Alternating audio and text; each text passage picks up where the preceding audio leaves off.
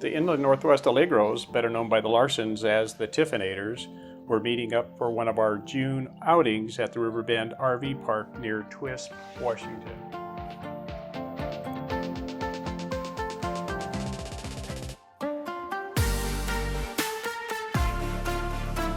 Heading west out of Spokane on Highway 2 toward Davenport, we plan on caravanning with Denny and Shelley up near Airway Heights at the Chevron truck stop.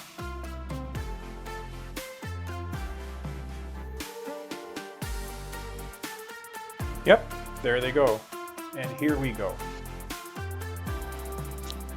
While Denny took the lead coming out of Airway Heights, I took over just after Davenport on Highway 2 when he pulled over to let some cars pass.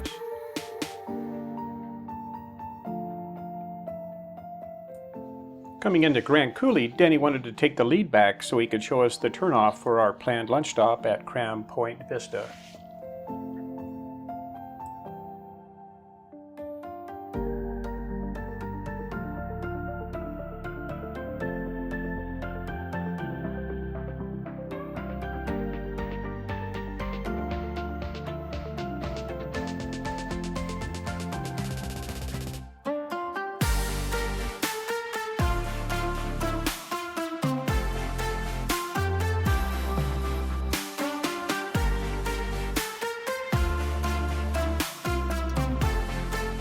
Crown Point Vista was only a short 1.5 mile sidetrack, but well worth the views.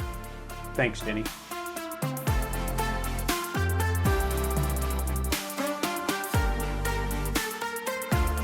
Grand Coulee Dam, constructed between 1933 and 42, had its third powerhouse completed in 1974.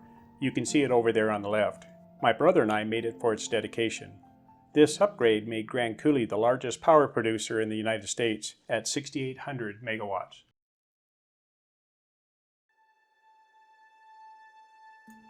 Just south of Brewster along the Columbia River is the little town of Pateros. That's where we'll be turning north and heading to Twisp.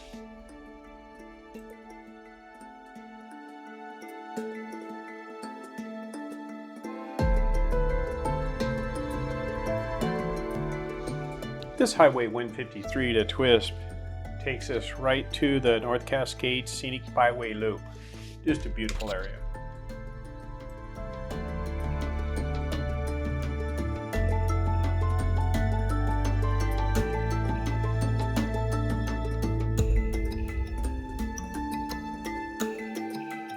The Riverbend RV Park, just coming up here on the right, is just 2 miles north of Twisp on Highway 153.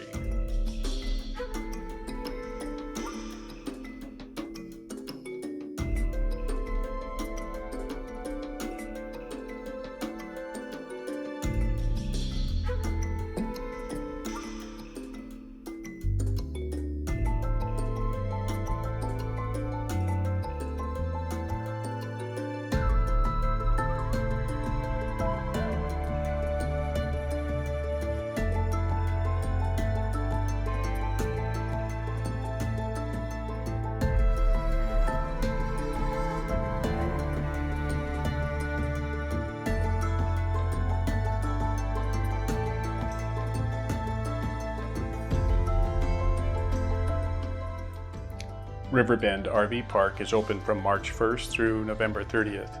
They have 89 sites, 20 of which are tent-onlys, 60 full hookup sites with 31 pull-throughs.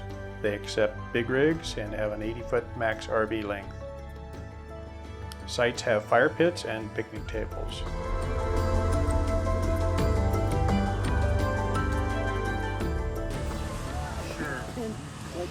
I didn't want to put it back down where it got junk.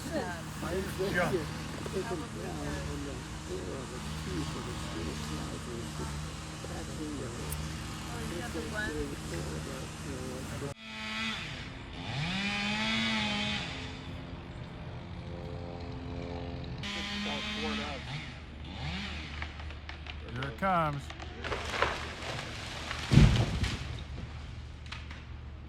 That's how you do it. Birthplace of smoke jumping. A harebrained and risky scheme became the profession of smoke jumping here in the fall of 1939. Forest Service firefighters and employees of the Eagle Parachute Company made 58 jumps into the clearings and timbers, testing whether men could safely parachute to remote wildfires. They flew up in a single-engine Stinson and rode silk Eagle parachutes down. Their injury-free experiment proved that parachuting firefighters could land in all kinds of green timber common to the Chelan National Forest, and smoke jumping was born.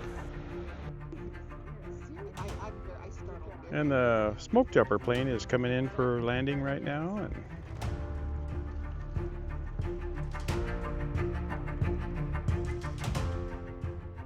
uncontrolled airport here between Twisp and Winthrop. Oh, he's coming in.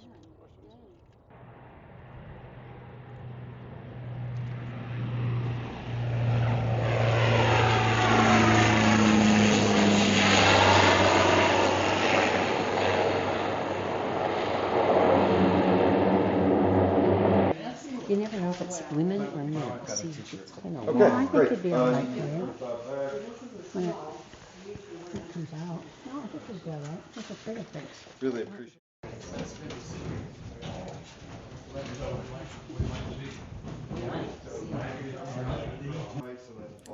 This board represents a one-person food box content for 48 to 72 hours on a jump. Yeah, it's fun. It's good, and that's something I love with this career is that we go super hard for 6 months out of the year. Really, almost. I think. Yeah. So we can come down this way. So this isn't. It doesn't represent too much, but this is. Who was it? Someone wanted to lift a parachute. I forget who it was. There was Denny up there. I'd be happy to. Dennis and that. Oh, yeah. So it's not that bad, right? But it's that it's that with all of your gear that becomes a lot. Depends on your age. The older you get, the weaker you Right, Wanda? get. No, okay. It's heavy. I would be embarrassed. Oh, yeah. And that's on top of all your other games. Yes, yes. One time you used to backpack them when you get a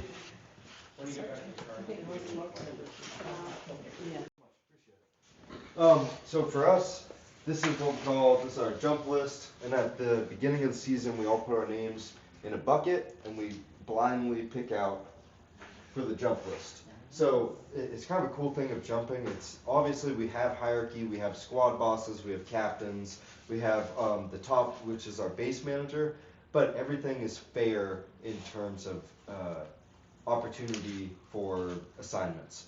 So what happens is we pick out the names. Anders was at the top of the list. All the names that are slid to the left, they're available to jump a fire. All the names that are slid to the right are not available because we're doing training for the rookies right now. So what happened right now is they just went, and you've got 1, 2, 3, 4, 5, 6, 7, 8 down to Angolia. They all got into the plane. They all just jumped to fire. So all of their names are going to be taken off, put here under a fire, and all the other names will slide up. And now, like I'm right here, Joseph Luna, let's see, I might get put up to the top of the list. And whoever's at the top of the list is the JIC, which is the jumper in charge.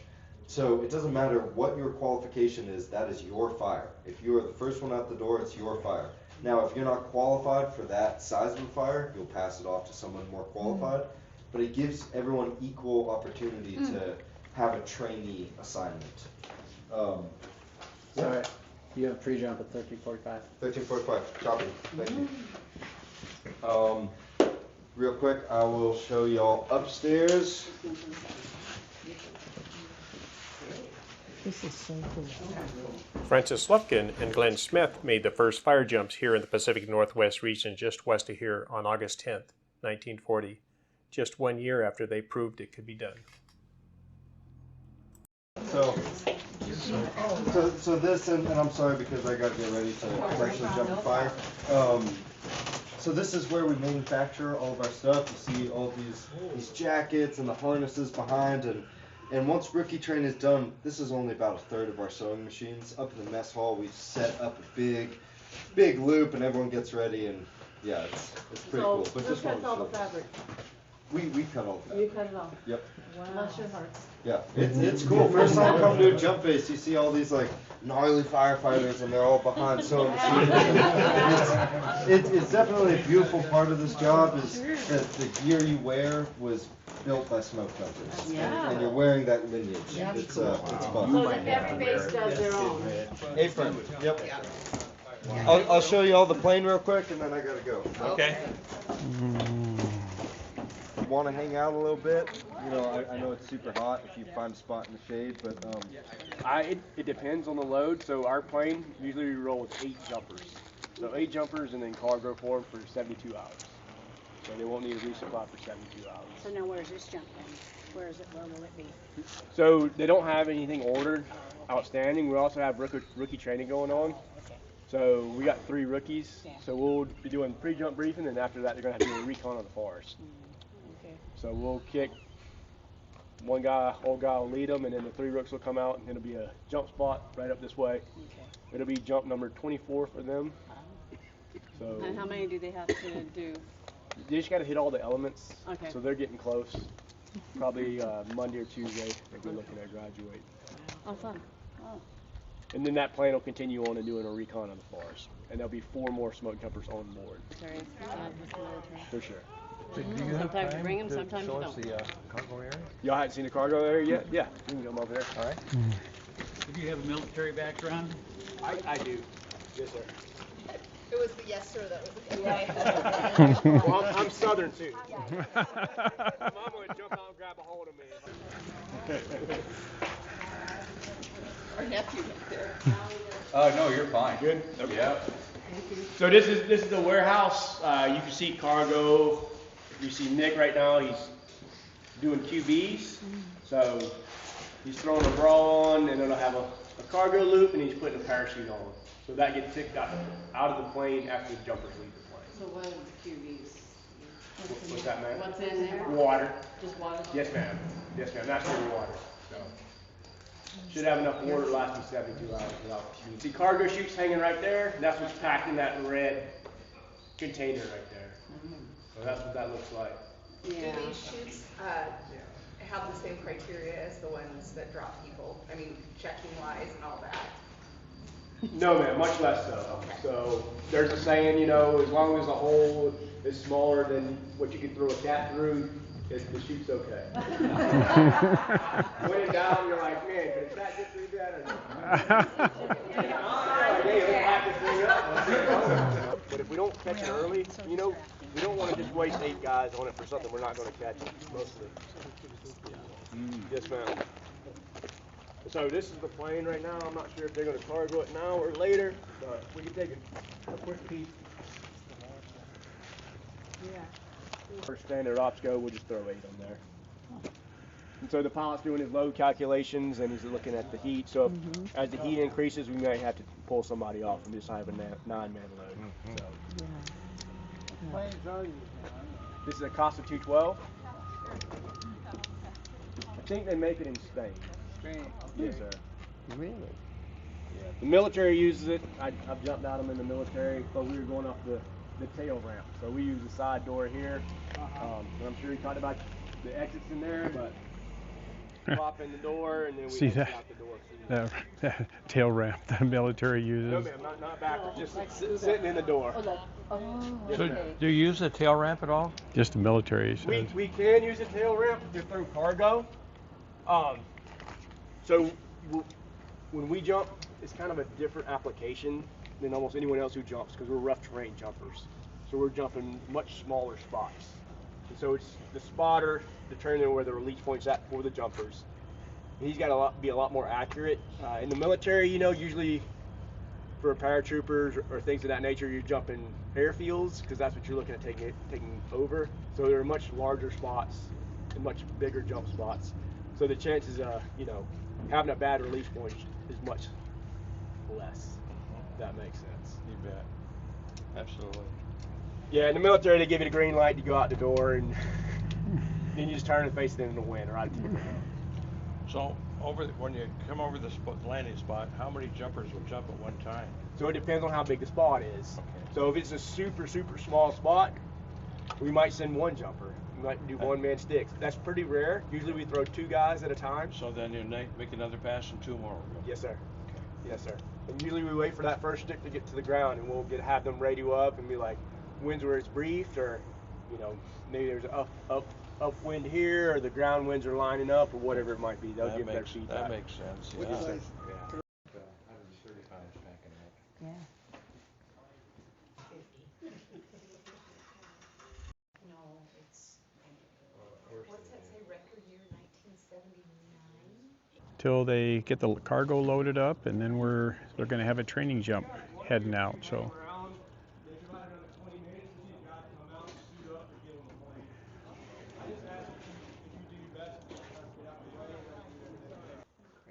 Yeah. Is that yours? It's hanging there. I was like, no, you don't have to pick it up.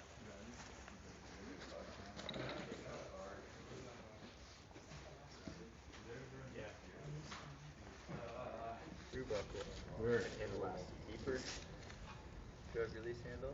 Properly seated. Cutaway handle. Properly seated. Inboard.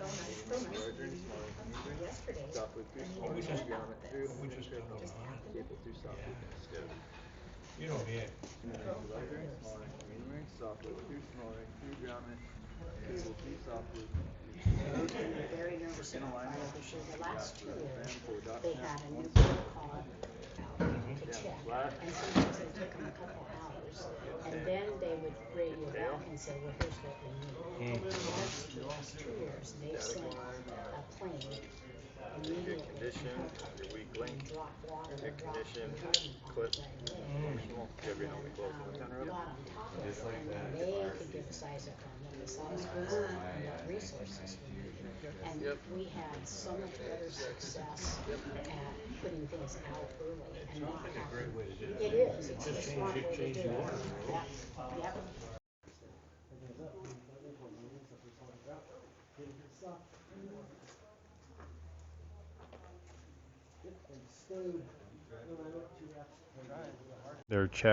Yep. Their whole check process of buddy checking each other, and In a way, granted, and then finding out that you don't have something hooked up correctly. You know? It's kind of in a very, very minor way. Kind of.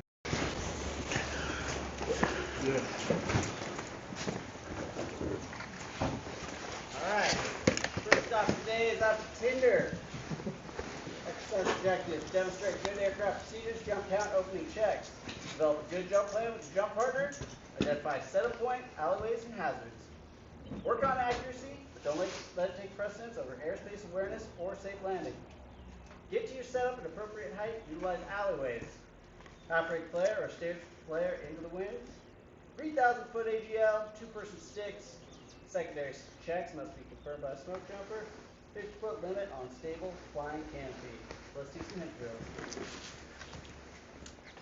On final, 3,000 feet. Get the door. Drug release, cutaway, reserve, lower RSL. You're clear. You're ready. Hit. Jump 1,000, look 1,000, reach 1,000, wait 1,000, pull 1,000. Drop intel. Check with digger. Look, reach, pull. Look, reach, pull. Check my canopy. Check my airspace. Right turn. Left turn. Stall. On final, 3,000 feet. Get in the door. Door release, cutaway, reserve, lower RSL. You're clear. Get ready. Hit. Jump 1,000, look 1,000, reach 1,000, wait 1,000, pull 1,000. Spinning. Spinning. 1, 2, 3. Look, reach, pull. Look, reach, pull. Check my canopy. Check my airspace. Right turn. Left turn. Stall. All right. On final, 3,000 feet. Get in the door. Road release, cutaway, reserve, lower RSL. You're clear. Get ready. Hit. Jump 1,000, look 1,000, reach 1,000, wait 1,000, pull 1,000. Check my canopy. Check my airspace. Right turn. Left turn. Stall. First order. Head lock. Flat.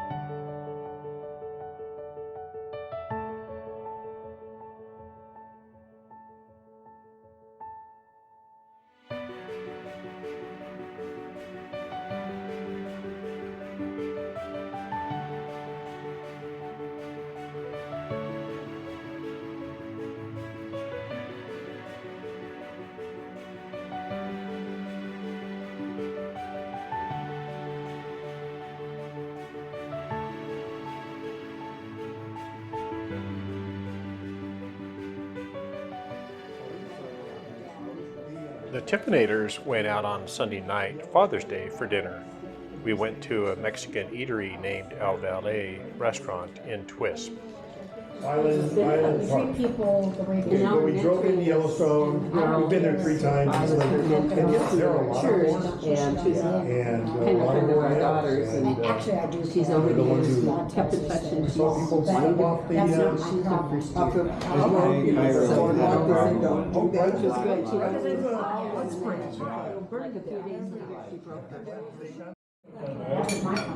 Sure, I'll buy for you.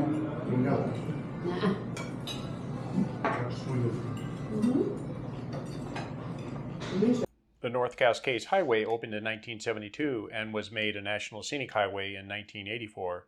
Because it was the first proposed but the last completed, it is recognized as both the oldest and the newest cross-mountain highway in the state of Washington. You've been to this overlook? Yeah. Been years, but yes. Well, I was glad that you guys pulled over because I was definitely going to stop on the way back if no one else did. By the time the heavy equipment arrived to complete the North Cascades Highway in 1962, the road to Diablo on the west and Mazama on the east were already completed. The remaining 63 miles were constructed during the 10 summers by the 35 different contractors.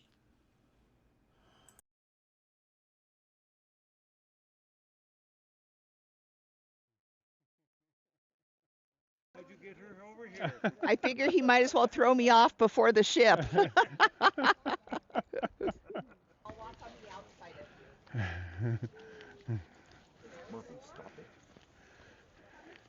Very nice. Just right here, Alice.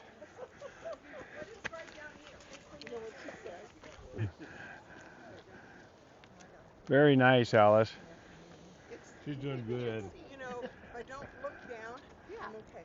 Look at my hind end. Yeah, just close your eyes. Close your. It's all pretty good. Just don't look to the right. And she did. She said the word. Yeah.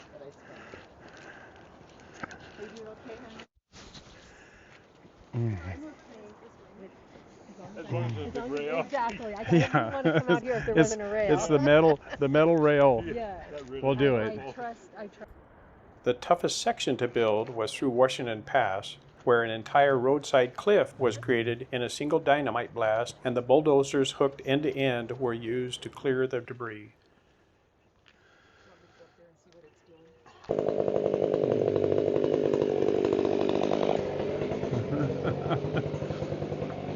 Rainy Lake Trail, just west of Washington Pass, is a 2-mile paved out and back trail with only a 131-foot elevation gain.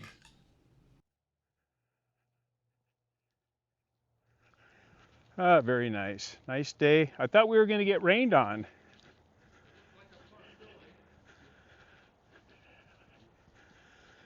But we didn't. Turned out to be a great day for an overlook hike.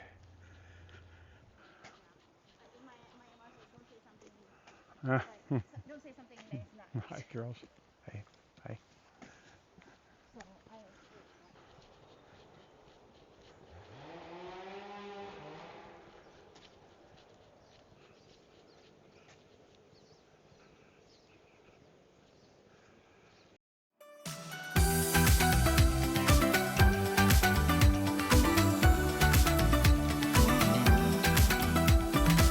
All right, here we go. 10 of diamonds. Start this off. 3 of spades. 7 of clubs. A 9 of diamonds. Yay. 9 of diamonds. Ace of hearts, 1 of hearts. 2 of spades. Alice is trying to take a bite. Sorry, Alice. King of hearts. Queen of clubs.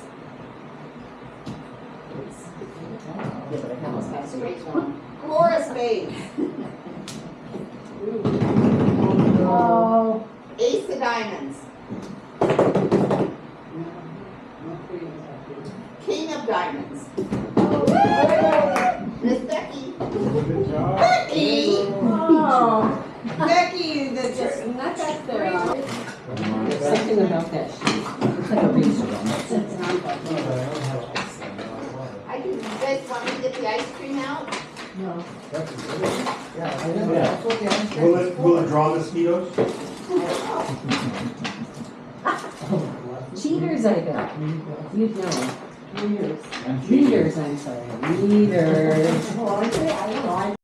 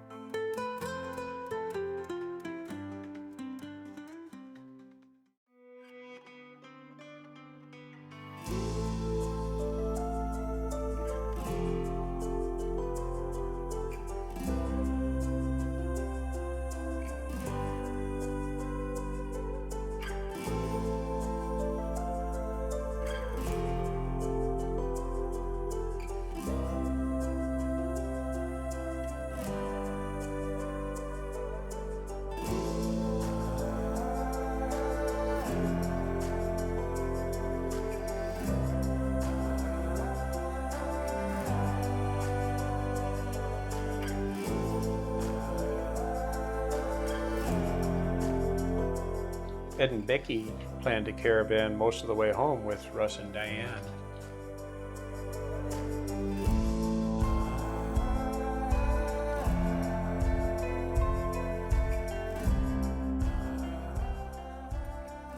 There goes Russ and Diane. Nice rig. They needed to leave early because they got the longest way to go home. Heading back to the Boise area.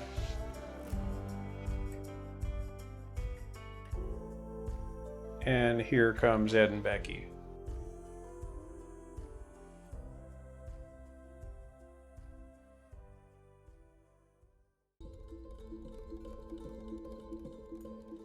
Next up for the departure of the day is Dan and Linda.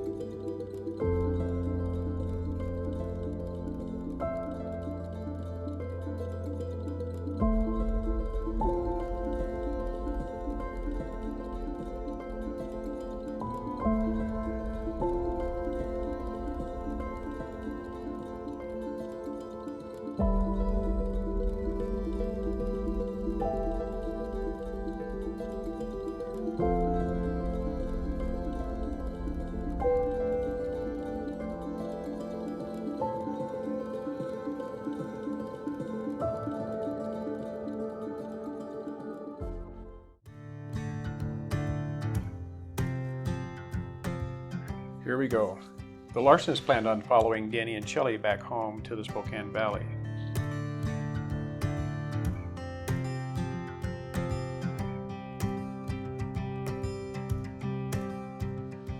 The left turn exit out of the Riverbend RV Park is not ideal. It's somewhat of a blind exit with no turning lanes, and you have high-speed 60-mile-an-hour traffic.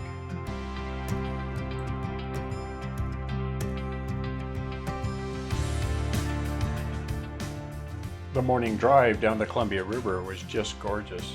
The water was just like glass.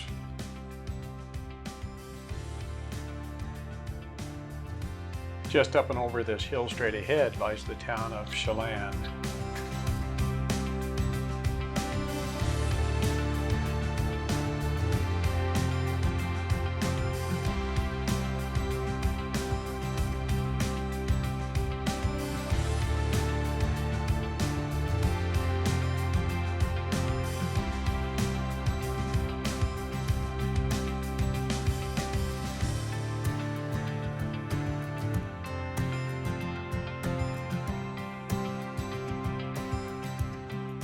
The white linen orchard netting is becoming more popular to reduce sunburn on the fruit and keeping other things out. Other beneficial examples of the netting are from hail, wind, birds, and even the codling moth. As you can see, we are heading toward a fire near Wenatchee. We did lose the smoke as soon as we turned east on Highway 2 and climbed the hill up to Waterville.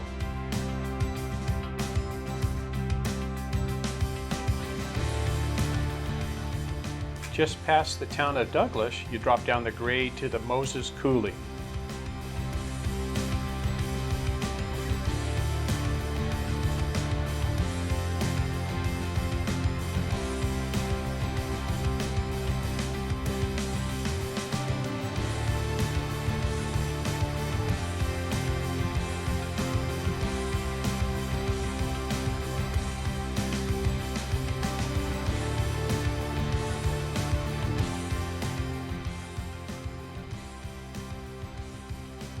The famous Moses Coulee is now thought to be carved from ancient subglacial floods at around 10 million years ago. It's a pre-Ice Age valley. Very impressive canyon.